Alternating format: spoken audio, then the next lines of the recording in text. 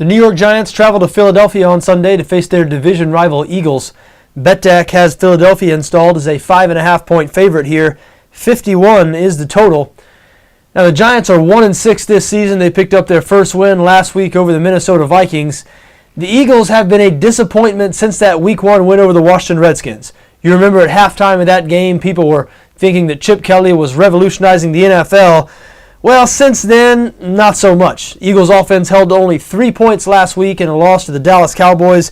Philadelphia now sits at 3-4. They rank dead last, 32nd in the NFL in total defense, meaning yards per game allowed. And most troubling, especially for this matchup, 31st next to last in pass defense. The Eagles allow 311 pass yards per game. And if there's one thing the New York Giants can still do, the only thing they have still been doing well this season has been passing the football. They rank in the top 10 in the NFL in pass yards per game. Eli Manning, with that great receiving core, should be able to have a lot of success on Sunday. Now, Philadelphia beat the Giants by 15 points a couple of weeks ago, mainly because the Giants turned the ball over 4 times and Philadelphia did not turn the ball over once. That has been a recurring problem for New York this season. They lead the NFL in turnovers. But they cleaned it up last week in that win over Minnesota.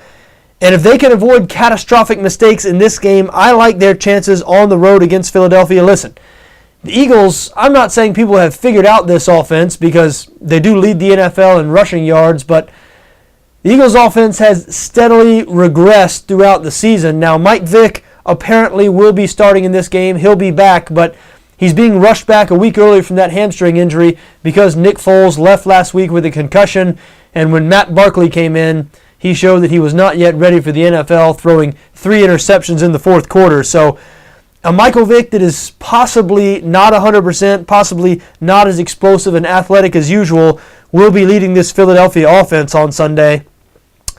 And I just don't really like their chances. Now, I think they're going to produce more than 3 points like they did last week against Dallas. After all, the Giants 31st in the NFL in points allowed. They've been brutal on defense this season. But again, they're coming off their best performance of the year. They shut down the Minnesota Vikings last week. Now, if you saw that game, a lot of that probably had to do with the Vikings starting Josh Freeman when Freeman clearly didn't know a whole lot of the offense. It looked like the Vikings were running sort of a shell of their regular offense. But you can't really take it all away from the Giants. They played well, shut down that Minnesota offense. It had to be a sight for sore eyes for Giants fans who had seen the team allow more than 34 points per game in their first 6 games.